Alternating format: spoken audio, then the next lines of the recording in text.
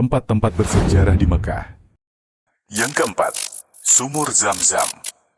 Part 2. Penemuan kembali air Zam-Zam. Ketika Abdul Muthalib sedang tidur di Hijr Ismail, dia mendengar suara yang menyuruhnya menggali tanah.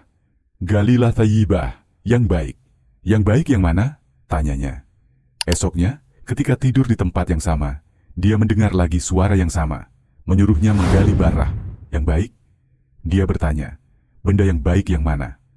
Lalu dia pergi. Keesokan harinya, ketika tidur di tempat yang sama di Hijr Ismail, dia mendengar lagi suara yang sama, menyuruhnya menggali Madmunah, sesuatu yang berharga. Dia bertanya, "Benda yang baik yang mana?" Akhirnya pada hari yang keempat dikatakan kepadanya, "Galilah Zam-Zam." Dia bertanya, "Apa itu Zam-Zam?" Dia mendapat jawaban, "Air yang tidak kering dan tidak meluap, yang dengannya engkau memberi minum para haji. Dia terletak di antara tahi binatang dan darah, berada di patukan gagak yang hitam, berada di sarang semut." Sesaat Abdul Muthalib bingung dengan tempatnya tersebut, sampai akhirnya ada kejelasan dengan melihat kejadian yang diisyaratkan kepadanya. Kemudian ia pun bergegas menggalinya. Orang-orang Quraisy bertanya kepadanya, "Apa yang engkau kerjakan, hai Abdul Muthalib?" Dia menjawab, "Aku diperintahkan menggali Zam-Zam." Sampai akhirnya ia beserta anaknya, Harits, mendapatkan apa yang diisyaratkan dalam mimpinya, menggali kembali sumur Zam-Zam yang telah lama dikubur dengan sengaja oleh suku Jurhum tatkala mereka terusir dari kota Mekah. Keutamaan dan khasiat air Zam-Zam. Dari penjelasan Rasulullah dan para ulama, dapat diketahui bahwa air Zam-Zam memiliki barakah dan keutamaan. Di antara dalil-dalil yang menunjukkan keutamaan air Zam-Zam dapat disebutkan sebagai berikut. Dari Jabir dan Ibnu Abbas, Rasulullah Shallallahu Alaihi Wasallam bersabda, "Air Zam-Zam tergantung niat orang yang meminumnya." Ibnu Taimiyah berkata, seseorang disunnahkan untuk meminum air Zam-Zam sampai benar-benar kenyang, dan berdoa ketika meminumnya dengan doa-doa yang dikehendakinya. Tidak disunnahkan mandi dengannya, menggunakan air Zam-Zam.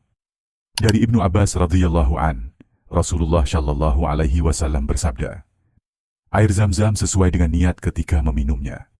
Bila engkau meminumnya untuk obat, semoga Allah menyembuhkanmu. Bila engkau meminumnya untuk menghilangkan dahaga, semoga Allah menghilangkannya."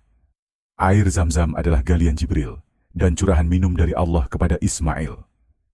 Dari Abi Thufail dari Ibnu Abbas radhiyallahu anhu, ia berkata, "Saya mendengar Rasulullah bersabda, kami menyebut air Zam-Zam dengan syuba'ah yang mengenyangkan, dan kami juga mendapatkan air Zam-Zam adalah sebaik-baik pertolongan, kebutuhan atas kemiskinanan." Hadits riwayat Tabrani.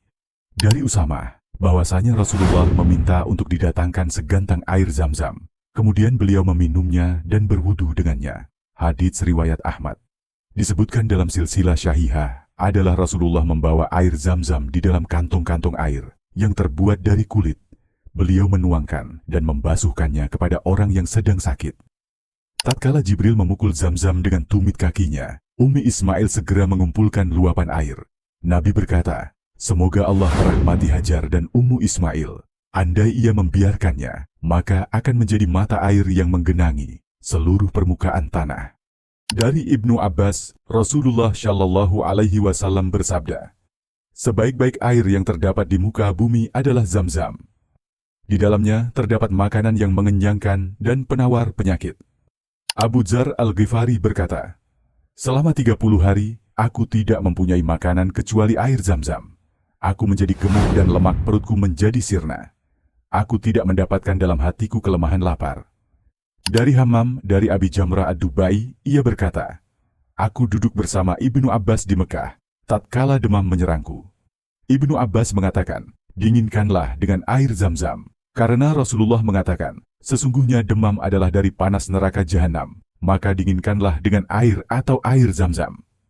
Ibnu Qayyim berkata, "Aku dan selain diriku telah mengalami perkara yang ajaib tatkala berobat dengan air Zam-Zam. Dengan izin Allah, aku telah sembuh dari beberapa penyakit yang menimpaku. Aku juga menyaksikan seseorang yang telah menjadikan air Zam-Zam sebagai makanan selama beberapa hari, sekitar setengah bulan atau lebih.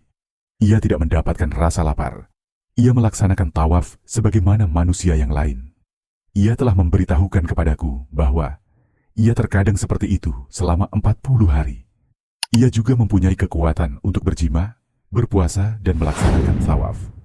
Beliau rahimahullah berkata, ketika berada di Mekah, aku mengalami sakit dan tidak ada tabib dan obat yang dapat menyembuhkannya. Aku pun mengobatinya dengan meminum air zam-zam dan membacakan atasnya berulang kali dengan Al-Fatihah. Kemudian aku meminumnya. Aku mendapatkan kesembuhan yang sempurna. Aku pun menjadikannya untuk bersandar ketika mengalami rasa sakit. Aku benar-benar banyak mengambil manfaat darinya. Demikian penjelasan singkat tentang air zam-zam. Rasulullah Shallallahu Alaihi Wasallam telah memberitahukan kepada kita dan membenarkan khasiat dan keutamaan air yang tak pernah kering tersebut. Meskipun setiap hari diambil oleh banyak manusia. Dengan mengetahui secara sepintas air zam-zam ini, maka hendaknya dapat meningkatkan dan memperkuat sandaran dan ketergantungan kita kepada Allah. Dialah yang maha penguasa, mengatur segala yang Ia kehendaki. Wallahu a'lam.